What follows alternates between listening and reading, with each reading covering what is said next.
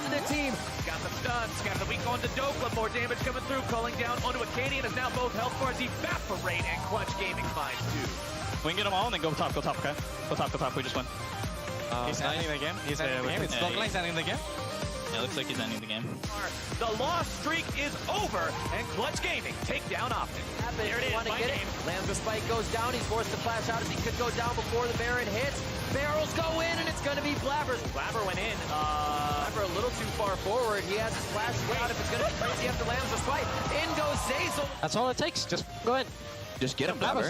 Blabber, why don't you just go in? Just go in. I literally just went in. I just went in. He's looking to shut this one down. 100 Thieves still looking to find the damage first. Sunday's going to be targeted down now by the turret. Lorlo trying to escape.